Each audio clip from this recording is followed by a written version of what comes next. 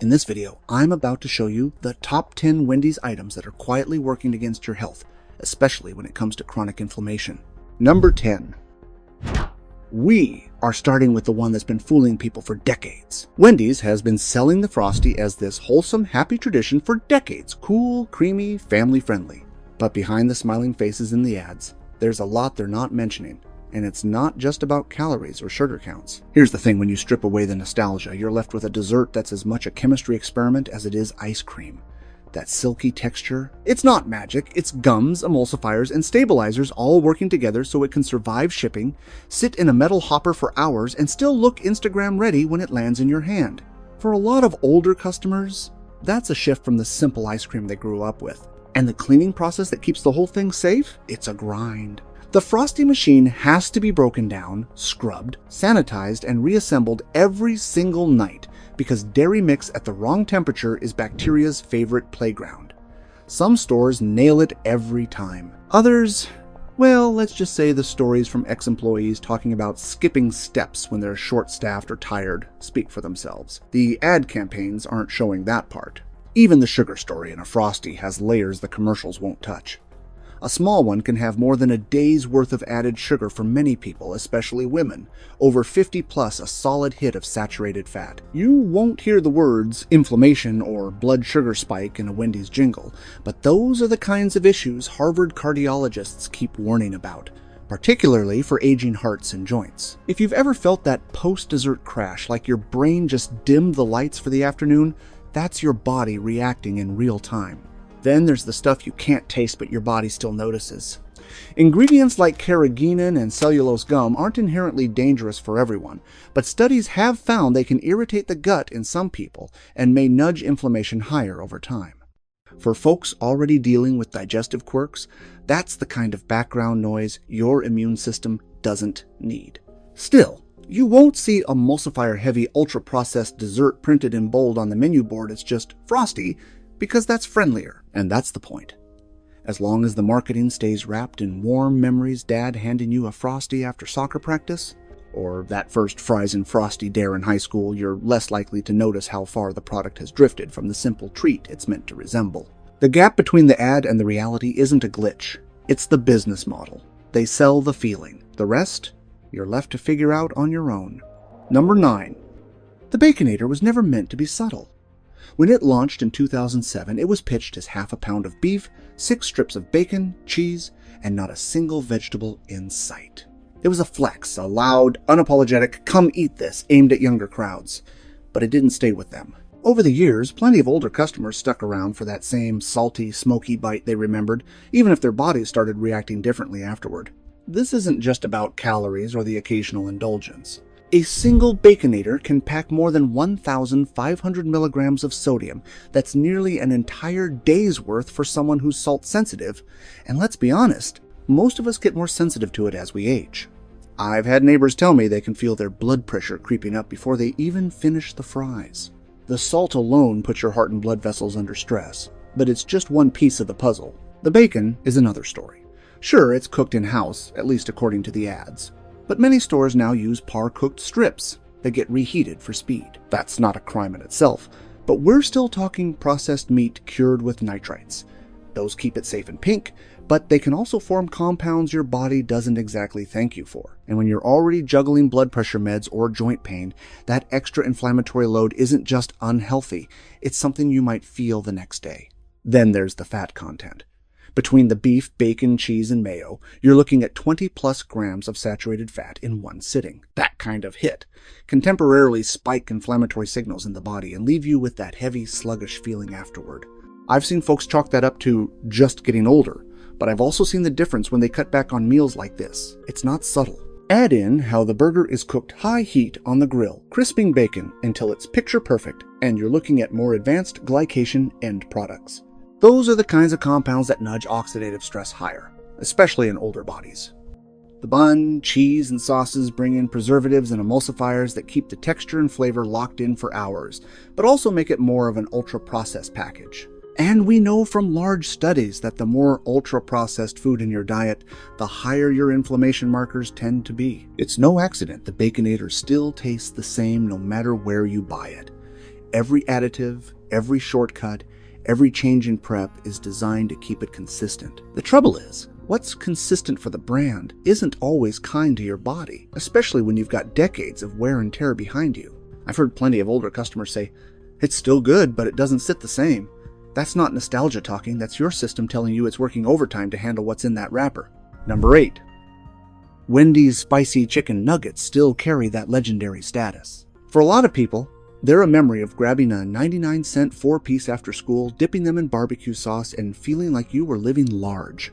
But nostalgia has a way of skipping over the fine print. The modern nugget isn't some simple piece of fried chicken. It's an ultra-processed build. White meat chicken pumped with water-binding phosphates to keep it juicy, coated in breading loaded with starches and leavening agents, spiked with paprika extracts for color, and fried in oil that's been working all day. That phosphate trick isn't for your health, it's for yield. More water in the meat means more weight on the scale, and you pay for that moisture right alongside the salt and additives that come with it. And the salt is no small detail. A 10-piece order brings almost 1,200 milligrams of sodium, about half of what the American Heart Association wants most older adults to have in an entire day. That's before fries, before sauce, before anything else. If your blood pressure is already touchy, this is like leaning on the gas when the engine light's on. I've had friends tell me they can feel the difference in their hands the next morning, rings fitting tighter, blood pressure numbers creeping up. Then there's the deep fry factor. Harvard researchers have put it plainly. Fried foods spur inflammation. That's not abstract, chronic, low-grade inflammation is a big player in heart disease, joint pain, even certain cognitive issues. And when you're eating something from the ultra-processed category, you're stacking those risks. Studies show that even if your weight doesn't change, your blood work can still light up with higher inflammation markers just from the processing load alone.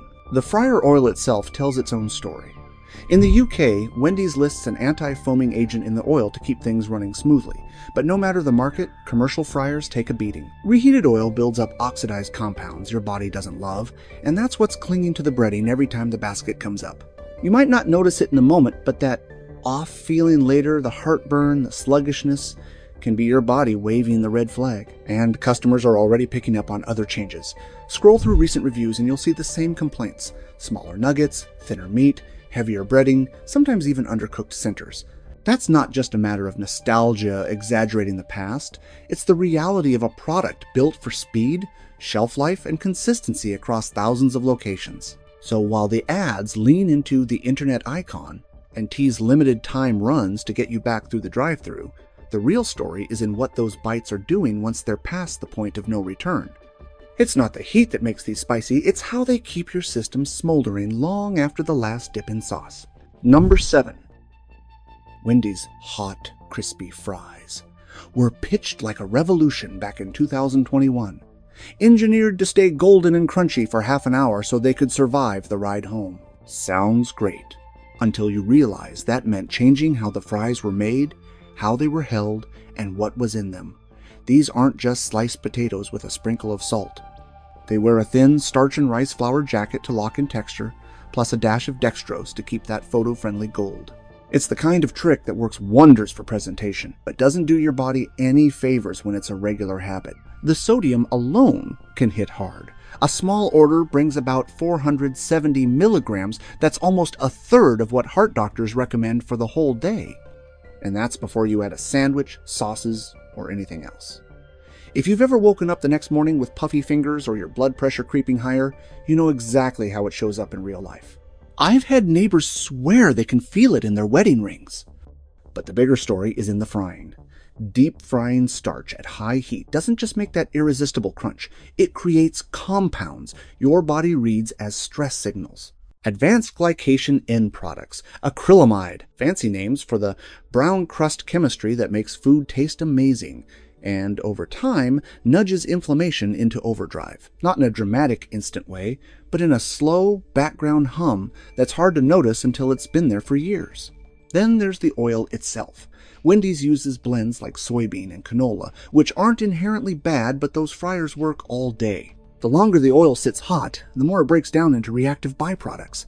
That's what gives you that heavy, sluggish feeling after a less than fresh batch. Even employees will tell you, good oil makes good fries. Bad oil makes the kind you regret halfway home. And if you think this is nitpicking, Harvard's own data from 2025 should give you pause. In a study of over 200,000 adults, eating French fries 3 times a week, not buckets, just 3 small servings, was linked to a 20% higher risk of type 2 diabetes. That same risk didn't show up for baked or boiled potatoes. It's not the potato, it's the frying and the additives that ride along with it. Some days you'll get them perfect, shatter crisp, lightly salted, exactly what you wanted. Other days, they've been sitting for 8 minutes under the heat lamp, wearing that same coating that was supposed to save them but instead locks in a kind of stale crunch. And that's the gamble. For a side that was redesigned to be every single time, the real guarantee is what it leaves behind, not in the bag, but in your system. Number 6. Wendy's sells Dave's Craft Lemonade like it's a mason jar memory real lemons. No artificial colors, no HFCS, just sunshine in a cup. The seasonal flavors keep you coming back. Strawberry, blueberry, pomegranate, pineapple, mango. They've got that homemade charm in the ads. The kind of drink you picture being hand-squeezed while someone hums on the porch. In reality, behind the counter, it's a syrup concentrate mixed with water, sometimes straight from the tap, then flavored with fruit puree or syrup. Employees have even admitted it's a 2-to-1 water-to-syrup ratio, stirred up in big buckets before it ever hits your cup. That wouldn't be a big deal if it was just lemon water. But this craft lemonade is a sugar heavyweight. A small clocks in around 47 grams of sugar, about 12 teaspoons. A medium pushes 81 grams. Large, up to 93 grams, or roughly 23 teaspoons. One seasonal flavor even hit 58 grams in just 12 ounces. For context, the American Heart Association says most women should stay under 6 teaspoons a day, men under 9. So one drink can blow your daily limit 2 or 3 times over before you even get to the meal. I've seen folks take a sip and wince, it's that sweet. The trouble isn't just the calorie load. In older bodies, a sugar hit like that spikes blood glucose fast, and your system scrambles to bring it back down. Those swings stoke low-grade inflammation, what doctors now call inflammaging. Studies have shown that people who drink a lot of sugary beverages have higher CRP levels, a marker of inflammation linked to heart disease, joint pain, even faster cognitive decline. I had a buddy who swore his knees always felt tighter the day after a sweet tea binge. It's the same chemistry at work here. And if you've got diabetes, prediabetes, high blood pressure, or gout, these drinks aren't just empty calories, they're a risk multiplier. Fructose, which makes up half of table sugar, drives uric acid up. That's the same compound behind gout flares, and it doesn't take much to push it higher in someone who's already close to the edge. The fact that it's cane sugar instead of high fructose corn syrup doesn't save you. The body processes them the same way when the dose is this high. The all-natural label makes it feel safer than soda, but chemistry doesn't care about branding. Whether the sweetness comes from a yellow packet, a green field of sugar cane, or a factory vat of corn syrup, your bloodstream sees sugar and reacts the same. And for seniors, that reaction often means more inflammation, more joint stiffness, and another nudge toward chronic conditions they're already working to manage. The kicker is how easy it is to drink. Cold, sweet, and smooth. There's no chewing, no pause, nothing to slow you down. By the time you've finished, your blood sugar's already on its roller coaster climb, and you're none the wiser until the afternoon slump hits or the next blood test tells the story. Number 5. The breakfast baconator doesn't tiptoe into your morning that crashes in like it's 2007 again, carrying sausage, 6 strips of bacon, 2 cheeses, and a fried egg on a bun. It's built to feel indulgent, but behind that treat-yourself glow is a wall of sodium around 1,500 milligrams in one sandwich. That's the same as tossing back nearly an entire day's sensible limit in a single sitting, especially if you've got high blood pressure. I've seen folks joke that they need a gallon of water after eating one, except the thirst is just your body's way of sounding the alarm. And that's before you count the fat. 40 plus grams in one go, with more than a third being saturated, the kind that clogs up arteries and keeps inflammation humming along. Add in the fact you're doubling down on processed meats, bacon, and sausage, and you've basically built a perfect storm for higher inflammatory markers like CRP. That's the stuff doctors measure when they're talking about low-grade chronic inflammation, the kind that makes your joints ache, your blood pressure creep, and your heart work harder than it should. What's sneaky is how the processed parts are engineered to keep you coming back. The cheese sauce isn't just melted Swiss, it's stabilized, salted, and smoothed with emulsifiers so it looks glossy under the heat lamp and never separates. That shine on the bun? That's food science, making sure it stays Instagram ready long after it should have dried up. The bacon's hit or miss crunch depends on how long it's been sitting in the warmer. First batch is crisp, last batch is chewy and oversalted. The health experts can point to WHO's classification of processed meat as carcinogenic, but for most of us, the signal is simpler. You can feel it. Maybe it's the sluggishness that creeps in an hour later. Maybe it's the way your hands feel puffy, or your wedding ring feels tighter after breakfast. That's not in your head. Sodium and processed meat pull water into your tissues and keep your body's inflammatory response simmering. And if you pair it with seasoned breakfast potatoes and a sweet coffee drink, you're pushing past 2,000 milligrams of sodium before the rest of the day's even started. That's the part people forget. This isn't the kind of breakfast that leaves you neutral. It leaves you in a hole you have to dig out of with every meal after. It's easy to get pulled in by the nostalgia, the name, the smell of bacon on the grill. But for older bodies trying to keep blood pressure steady, joints limber, and mornings light, this one doesn't just start your day. It sets the tone for the kind of day your body's going to have to fight through. Number 4. The honey butter chicken biscuit looks harmless enough: soft biscuit, crispy chicken, glossy sweet spread. But here's what it really brings to the table. Over 1,200 milligrams of sodium, a fried white flour base, and a dessert-level sugar glaze masquerading as maple honey butter. For most folks over 50, that sodium alone can be more than 3/4 of the American Heart Association's daily ideal. I've watched friends swear they could taste the salt halfway through, but finish it anyway because the sweet kick kept pulling them back. That biscuit isn't just fluffy, it's engineered. Palm oil and hydrogenated fats give it that tender, layered feel, but they also help it survive under a heat lamp. The chicken? Juicy because it's brined with phosphates, which hold water and bump up yield along with your sodium and phosphorus intake. If your kidneys aren't as spry as they used to be, those additives can be more than just numbers. They can tip the balance towards swelling and stiffness. And the maple honey butter? The label starts with sugar, not honey. Then come the oils, then a little butter, then the honey and maple. It's built for spreadability, not purity. The sweetness isn't an afterthought, it's the hook. It's the reason that first bite feels so indulgent, and the reason you'll ignore how heavy it's sitting an hour later. For older bodies, that mix of refined carbs, fried protein, and salty sweet fat sets off a stronger post-meal inflammation spike than it would in someone half your age. Studies have shown older adults mount a bigger IL-6 response after a high-fat meal, meaning your immune system treats breakfast like it's something to fight off. And when that reaction keeps happening day after day, it's not just a morning slump. It's a slow build toward chronic inflammation. Then there's the frying itself. High heat cooking creates compounds called AGEs, advanced glycation end products, that latch onto proteins in your body and accelerate oxidative stress. Fried chicken is a prime source, and biscuit sandwiches double down by pairing it with fast digesting starch. I once knew a guy who said this biscuit never failed to knock him out by mid-morning. Turns out, the science backs up what he felt. Even the portion has changed. Early customers got full-size chicken breast fillets. Now, plenty swear it's more like a big nugget. Smaller, more processed, and still just as salty. But nostalgia is a powerful filter. You remember the first time you tried it, not the last time you felt bloated and foggy after. That's how the industry wins. They sell the memory, not the outcome. And with the honey butter chicken biscuit, the real takeaway isn't in the wrapper, it's in how your body reacts long after breakfast is over. Number 3. Wendy's didn't just toss fries and cheese and bacon. They took the name of one of their most indulgent burgers and built a side dish around it.